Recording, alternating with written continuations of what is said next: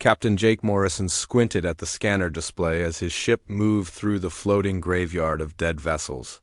The Kepler debris field stretched for millions of miles in every direction, filled with the twisted remains of starships from dozens of alien races. Some had been here so long that cosmic radiation had turned their hulls into strange colors that no living being had ever seen. Jake ran his hand through his short brown hair and sighed. 3 months of salvage work in this cursed place had barely paid for fuel and supplies. His crew was getting restless, and he could not blame them. The Iron Horse was a good ship, but she was old and needed constant repairs. Finding valuable salvage was the only way they could keep flying. "Captain, I'm picking up something big on the far scanner," called out Amy Brooks from her position at the communications station. Her young voice carried excitement that Jake had not heard in weeks. "It's about 200 miles ahead, hidden behind that cluster of dead Mantis cruisers." Lisa Carter looked up from her engineering console where she had been trying to fix a faulty power coupling. "How big are we talking about?" she asked, wiping grease from her hands with a dirty cloth. Lisa was the best engineer Jake had ever worked with, even if she did have a habit of talking to the ship's computers like they were pets. Danny Walsh, their pilot, adjusted their course without being asked. He was barely 25 but could fly anything with engines. "Scanner shows it's huge, Captain. Maybe 3 times the size of our ship, and it looks completely intact." Jake felt his heart rate increase. Intact ships were rare in the debris field. Most vessels here had been torn apart by weapon fire, cosmic storms, or simple age. An intact ship could mean enough salvage to keep them flying for years. "Take us in slow, Danny. Amy, start scanning for life signs and power signatures." The Iron Horse moved carefully through the maze of dead ships. Jake had learned to be cautious in places like this. Some wrecks still had active defense systems that could turn a salvage crew into floating atoms. Others contained dangerous cargo that could poison an entire ship's crew. As they got closer, the mysterious vessel came into view on their main screen. Jake had seen ships from every major alien race in the galaxy, but this one was completely unknown to him. It was sleek and dark, shaped like a blade cutting through space. Strange symbols covered its hull, glowing faintly with blue light. "Amy, run those symbols through the database. See if you can identify the builders," Jake ordered. Amy's fingers moved quickly over her console. After several minutes, she shook her head. "Nothing, Captain. The computer doesn't recognize the design, the symbols, or even the metal the hull is made from. It's like this ship was built by a race we've never encountered." Lisa stood up and moved to the scanner station. "The energy readings are off the charts, Captain. This ship is definitely active, but I can't figure out what's powering it. The energy signature doesn't match any known technology." Danny kept their ship at a safe distance while they studied the mysterious vessel. "Captain, there's something else you should see. Look at the debris patterns around that ship." Jake studied the scanner display more carefully. The area around the unknown vessel was littered with pieces of ships he recognized. Zephyrion hull plating with their distinctive green color. Mantis, Empire fighters with their insect-like designs. Even pieces of Void Runner stealth ships, which were supposed to be impossible to destroy. "My God," Jake whispered. "How many ships tried to board that thing?" Amy checked her records. According to the salvage logs, at least 15 different expeditions have been lost in this area over the past 50 years. The Galactic Salvage Authority has marked this whole sector as off-limits. Then why didn't anyone tell us? Danny asked, his voice tight with worry. "Because we're independent contractors," Jake replied grimly. "The big salvage companies don't share information with small operations like ours." Lisa was still studying the energy readings. "Captain, I'm detecting movement. That ship just turned slightly toward us. Everyone on the bridge went quiet." Ships in the debris field did not move unless something was very wrong. Jake had seen dead vessels suddenly come to life and attack anything that came too close. Usually it meant their automated defense systems had finally detected an intruder. "Should we run, Captain?" Danny asked, his hand hovering over the engine. Controls. Jake stared at the alien ship on their screen. Every instinct he had told him to get as far away as possible. But that ship represented more salvage than they had seen in years. If they could somehow get aboard and claim even a small piece of its technology, they would be rich beyond their dreams. Amy, try sending them a standard salvage beacon. Let them know we're here for peaceful purposes. Amy activated the communications. Array and broadcast their identification codes along with a message explaining their salvage mission. For several long minutes, nothing happened. Then the alien ship began to move. It turned slowly until its nose was pointed directly at the iron horse. Lights began to flicker along its hull, creating patterns that seemed almost alive. Then a beam of intense blue light shot out from the ship and bathed their vessel in strange energy. "We're being scanned," Lisa reported, her voice steady despite the tension. "It's unlike any scanning technology I've ever seen. The beam is somehow reading everything about our ship, our cargo, even our biological signatures." The blue light continued for nearly 5 minutes before it finally stopped. Jake waited for weapons fire or some other hostile action, but nothing happened. The alien ship simply floated in space, its lights pulsing in a slow rhythm. "Are they trying to communicate?" Amy asked. Before Jake could answer, something incredible happened. A section of the alien ship's hull began to open, revealing a docking bay filled with soft white light. It was clearly an invitation. "This is insane," Danny muttered. "That ship just killed 15 other salvage crews and now it's inviting us aboard." Lisa checked her instruments again. "The energy readings have changed, Captain. The ship's defensive systems appear to have powered down. It's like it's welcoming us." Jake stared at the open docking bay. He had been a salvage captain for 15 years and had never seen anything like this. Every other ship in the debris field was dead and empty. This one was not only alive, but seemed to want them to come aboard. "Captain," Amy said quietly, "what if this ship has been waiting for someone? What if all those other crews failed some kind of test, but we might be different?" Jake knew it was probably suicide, but the lure of the unknown was too strong to resist. "Danny, take us in. Slowly. If anything looks wrong, we back out immediately." As the Iron Horse approached the alien vessel, Jake could not shake the feeling that they were about to discover something that would change everything they thought they knew about the galaxy. The Iron Horse moved slowly into the alien docking bay, and Jake felt his breath catch in his throat. The bay was enormous, easily large enough to hold a dozen ships their size. Soft white light came from panels built into the walls, but there was no visible source for the illumination. The air shimmered slightly as if it was being filtered and cleaned by invisible systems. Danny set the ship down gently on a platform that seemed to rise from the floor to meet them. "Docking complete, Captain. All systems show green." Lisa checked her atmospheric readings. "The air outside is perfectly breathable. Temperature is 72 degrees, which is exactly what we keep our ship at. Gravity reads as standard Earth. Normal. It's like this place was designed for humans." Jake found that fact deeply unsettling. How could an alien ship know the exact environmental conditions that humans preferred? "Amy, any signs of other life forms?" "Negative, Captain. But I'm detecting massive computer systems throughout the ship. Whatever built this thing had technology far beyond anything in the current galaxy." Jake stood up and moved to the weapons locker. "We go in armed, but not aggressive. Lisa, bring your scanning equipment. Amy, keep the communication channel open at all times. Danny, you stay with the ship and monitor our signals." "Captain, I should come with you," Danny protested. "Someone needs to be ready to get us out of here if things go wrong," Jake replied firmly. "If we're not back in 2 hours, leave without us and report what you found to the Galactic Salvage Authority." Danny nodded reluctantly, and Jake could see the worry in the young pilot's eyes.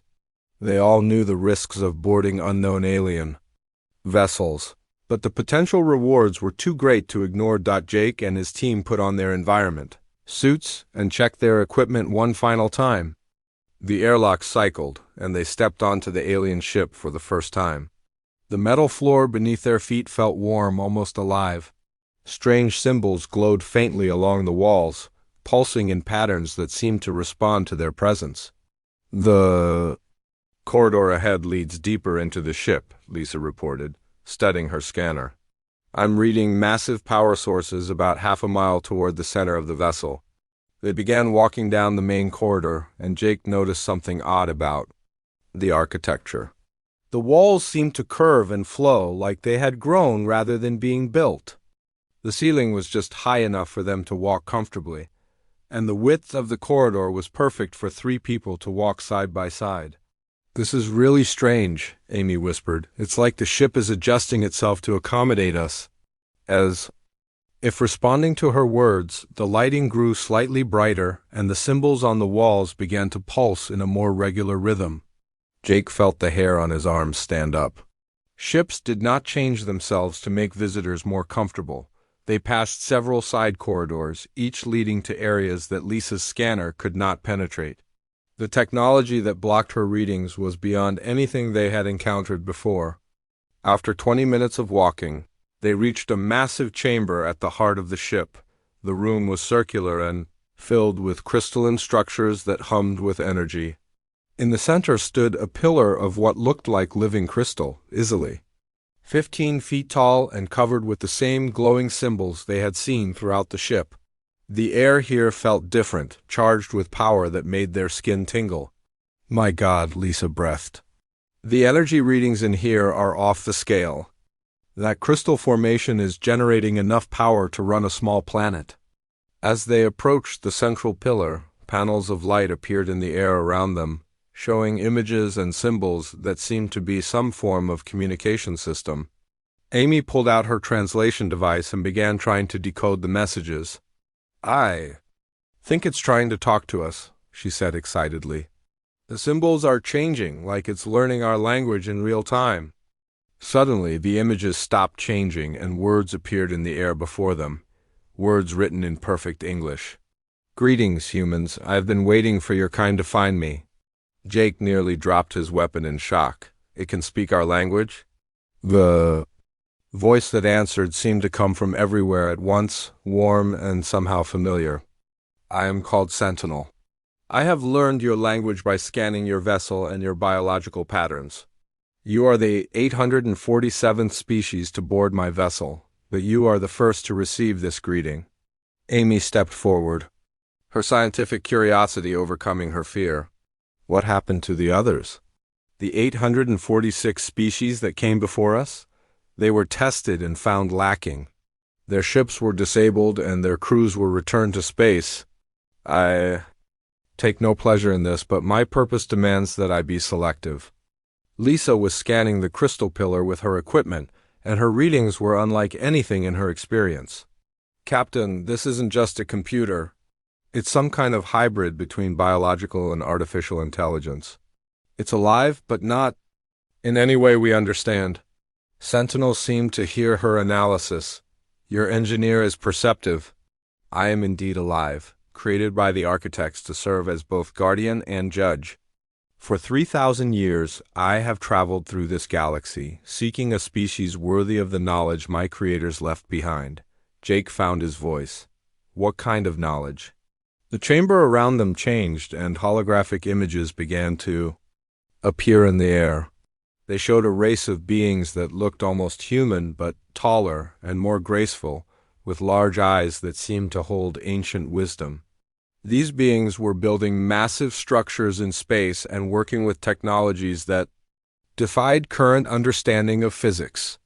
My creators were called the architects. They built wonders beyond your current imagination and achieved harmony between all living things in their domain. But they foresaw a great danger coming to this galaxy, something that would destroy all life if left unchecked. The images changed to show something horrible moving through space, a darkness that consumed entire star systems and left nothing behind but empty void.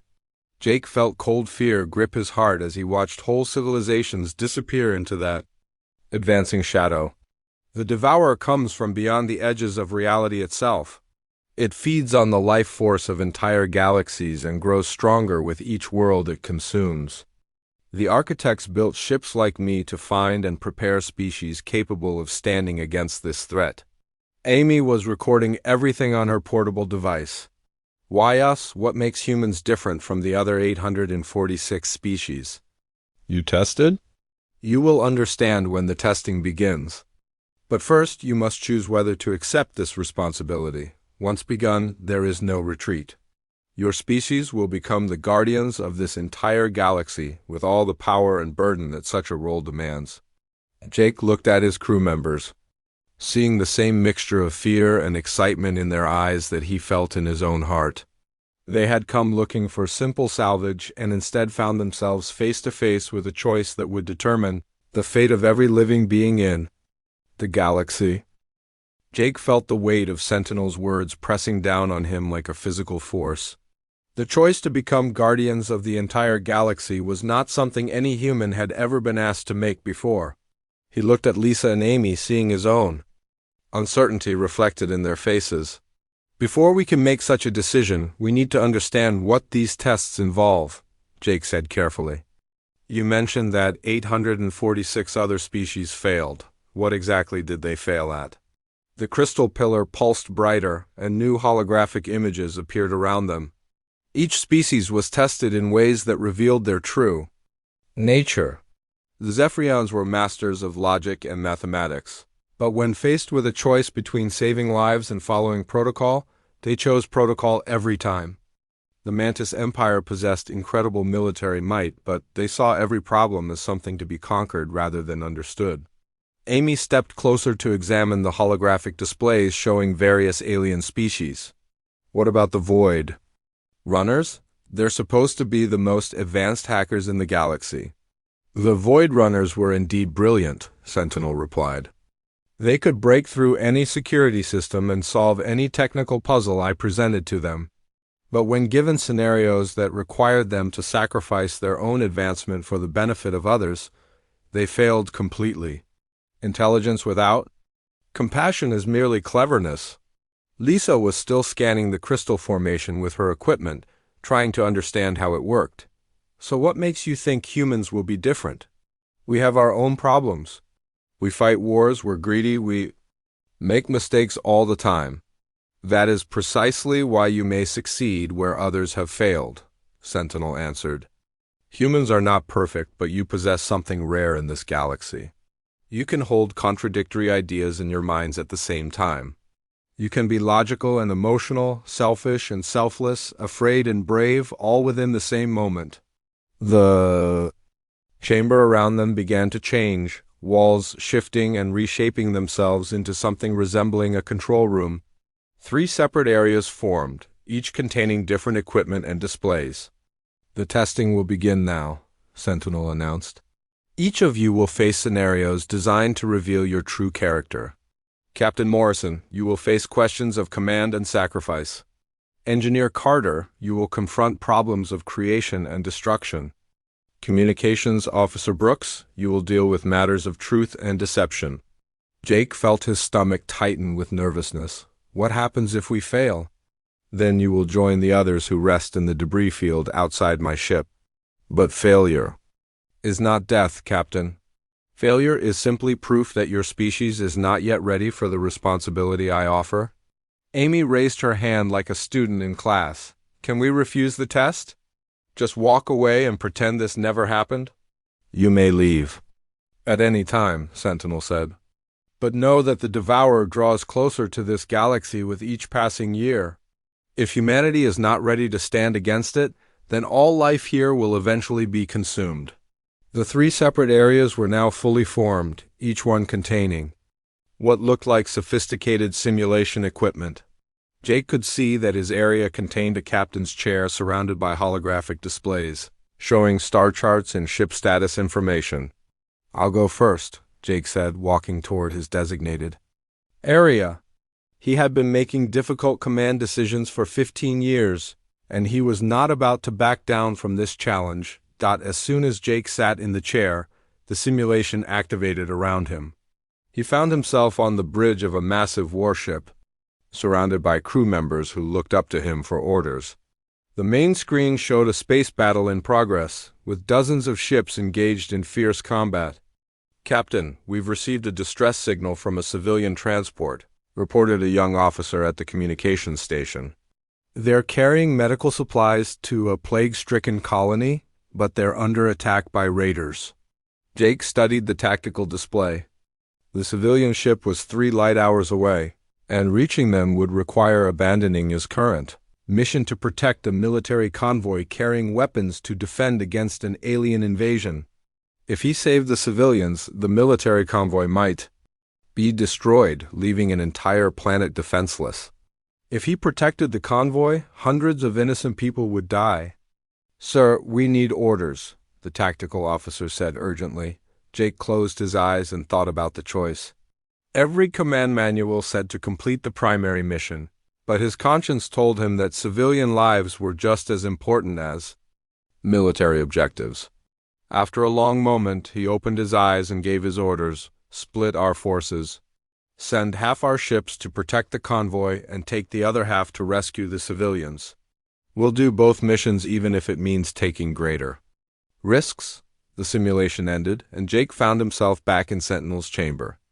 The AIS voice seemed pleased. "Interesting choice, Captain. Most species would have chosen one mission or the other. Humans seem capable of refusing to accept that some people must die." Meanwhile, Lisa had entered her simulation area and was facing a different kind of challenge. She stood in what appeared to be a massive engineering facility where a planetary defense system was under construction. The planet below was home to billions of peaceful beings who were under threat from an approaching army.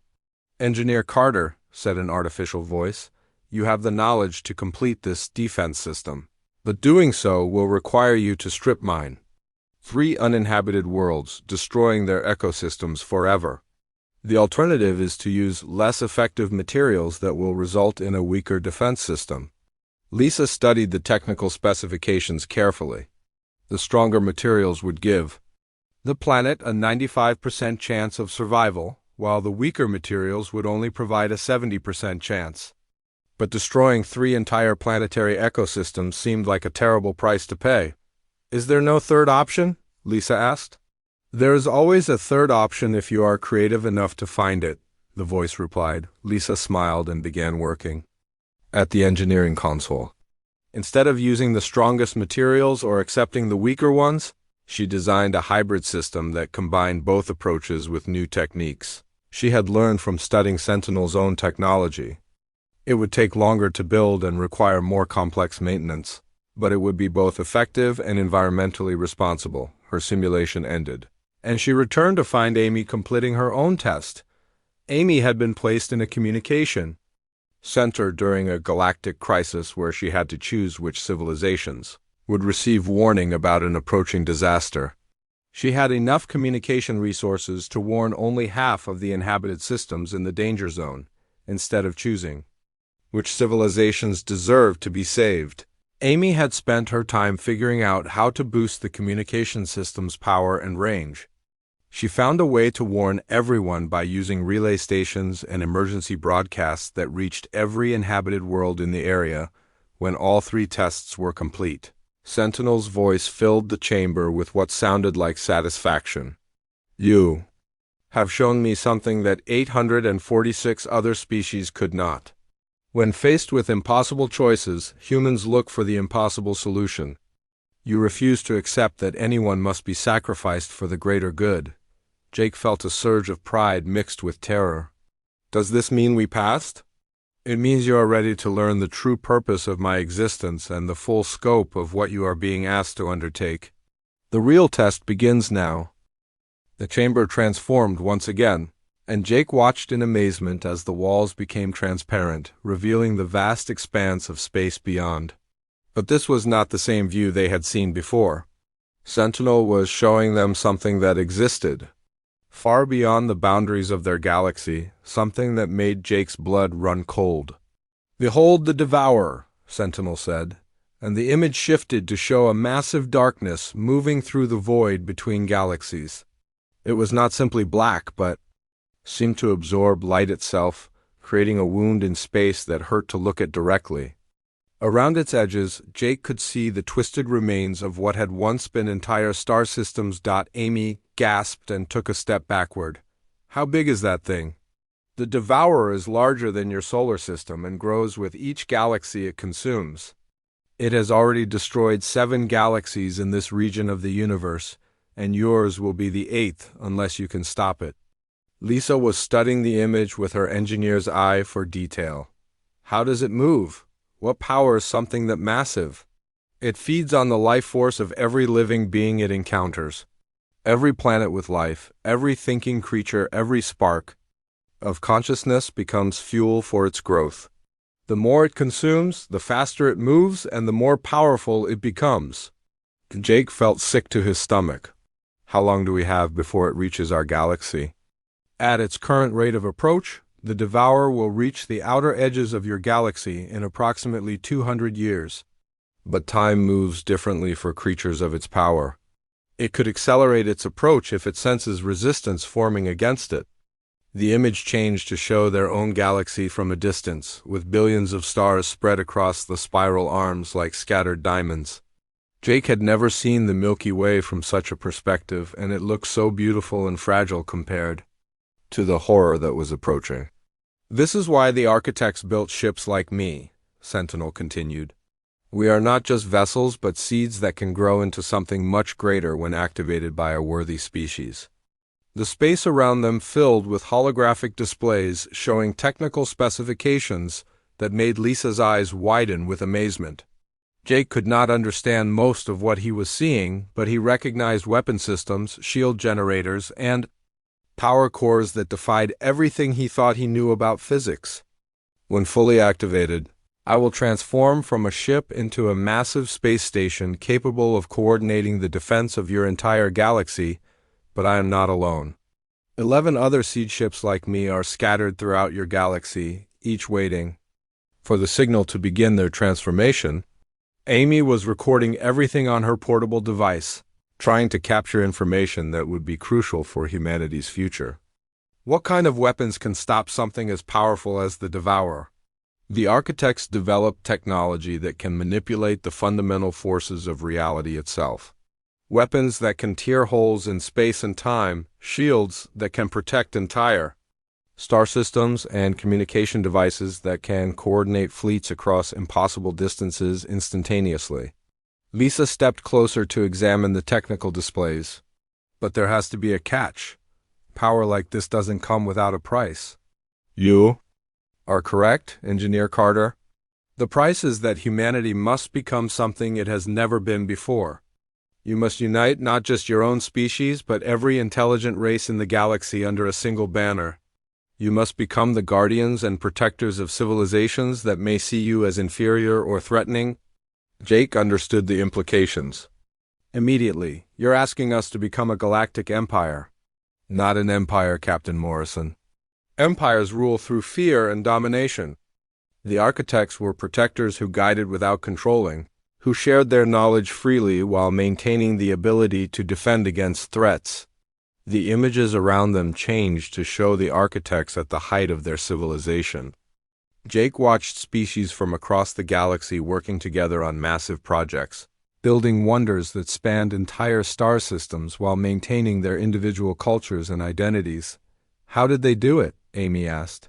How did they get so many different species to work together? They proved themselves worthy of trust through their actions. When other races faced disasters, the architects provided aid without asking for anything in return. When conflicts arose between species, they served as neutral mediators. When new technologies were developed, they shared the benefits with everyone. Lisa was studying the technical specifications more carefully. These other seed ships you mentioned, what do they contain? Each seed carries different aspects of architect technology. One contains the secrets of instantaneous communication across any distance. Another holds the ability to transform dead worlds into garden planets within days. A third houses the knowledge needed to safely uplift primitive species to join galactic civilization. Jake felt overwhelmed by the scope of what they were being offered. And all of this will be activated if we accept this responsibility? Yes. But understand that acceptance cannot be given lightly. Once the seed ships activate, every major power in the galaxy will know that humans have been chosen as the new guardians. Some will welcome this development and offer their support. Others will see it as a threat to their own power and will try to destroy you before you can fully assume your role. Amy looked worried. What about Earth? Our colonies are scattered across only a few dozen star systems.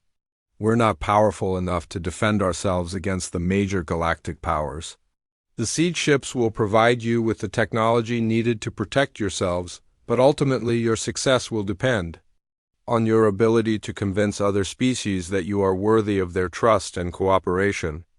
The chamber fell silent as Jake and his crew absorbed the magnitude of what they were being asked to undertake.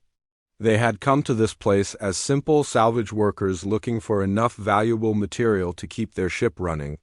Now they were being asked to make a decision that would determine the fate of every living being in the galaxy.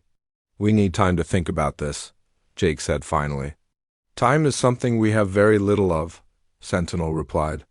The Devourer grows stronger with each passing moment, and the window for preparation grows smaller.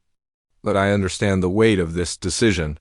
You have 1 hour to consult among yourselves and with your pilot who waits aboard your ship. Jake nodded and activated his communication device. Danny, we need you over here right now. We have some things to discuss that will affect not just our crew but all of humanity. As they waited for Danny to join them, Jake looked at the images of the Devourer still hanging in the air around them.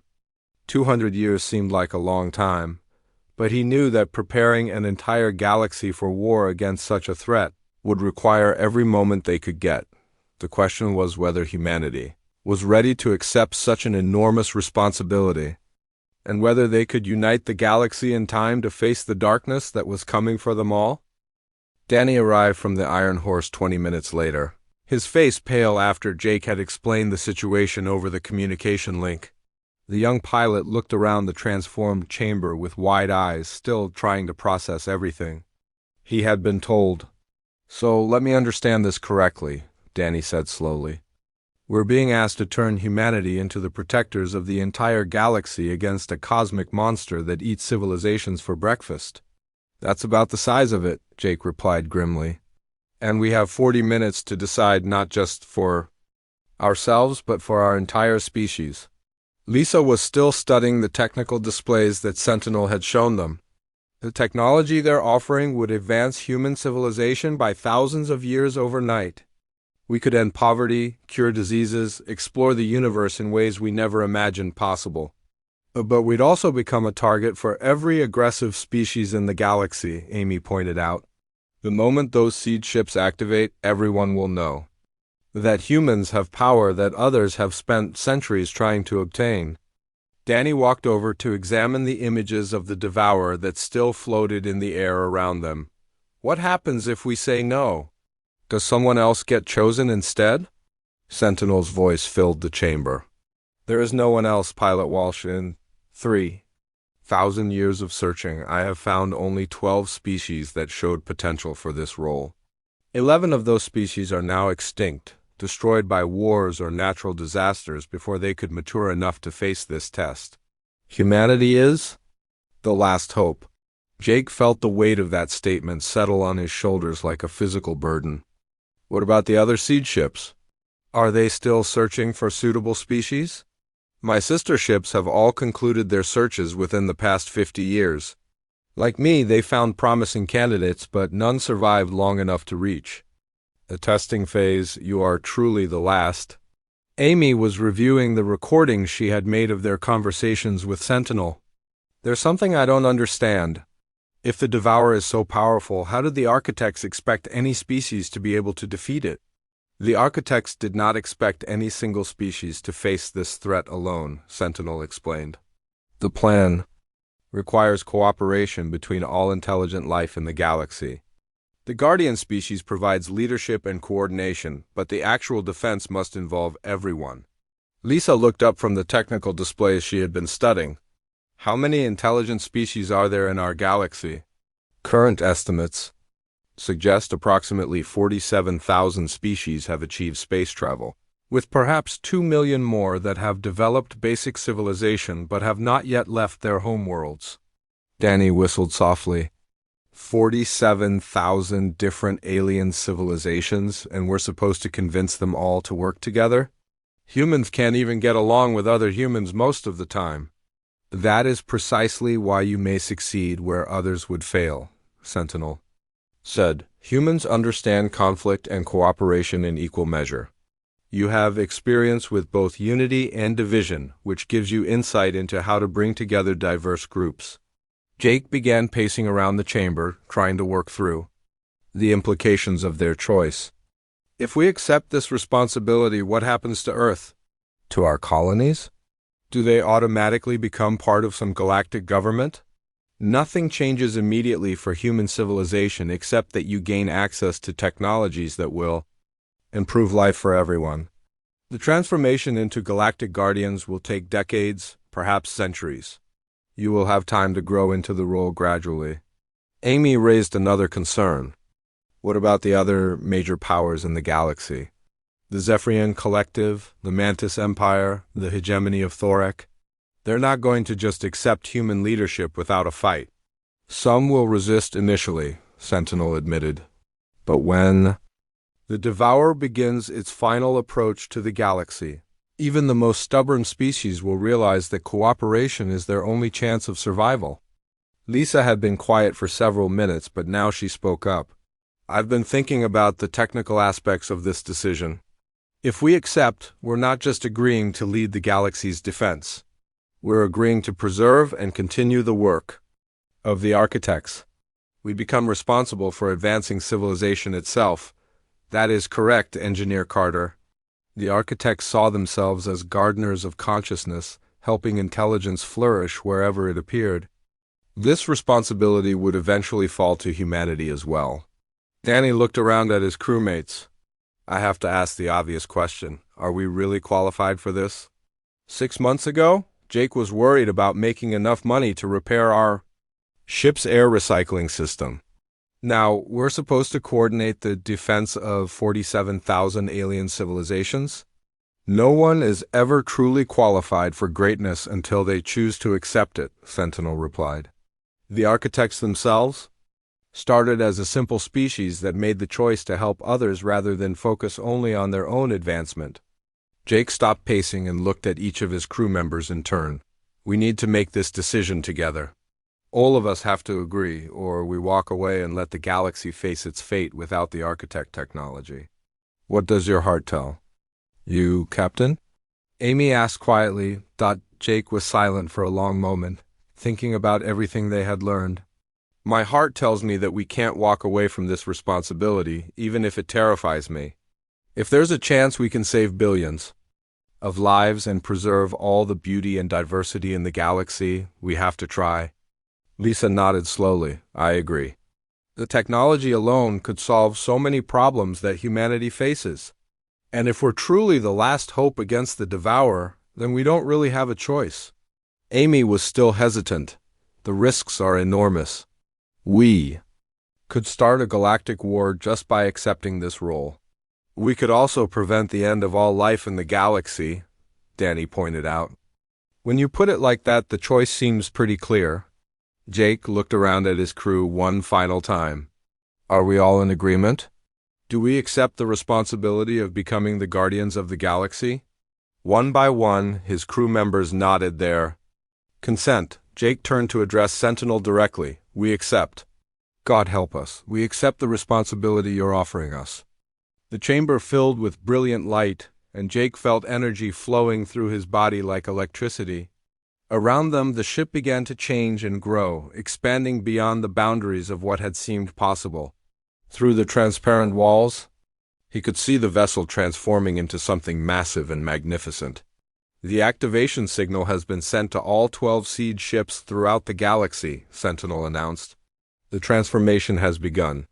Welcome to your new role as guardians of all intelligent life. The real work starts now. Jake watched as his small salvage ship was gently moved to a new docking bay within the growing space station. The Iron Horse looked tiny compared to the massive structure that was taking shape around them, but it was still home. they would need. That reminder of where they came from as they grew into their new responsibilities. In the depths of space beyond the galaxy, the Devourer paused in its relentless advance, sensing the awakening of ancient powers that had long been dormant. The final battle for the Milky Way was about to begin.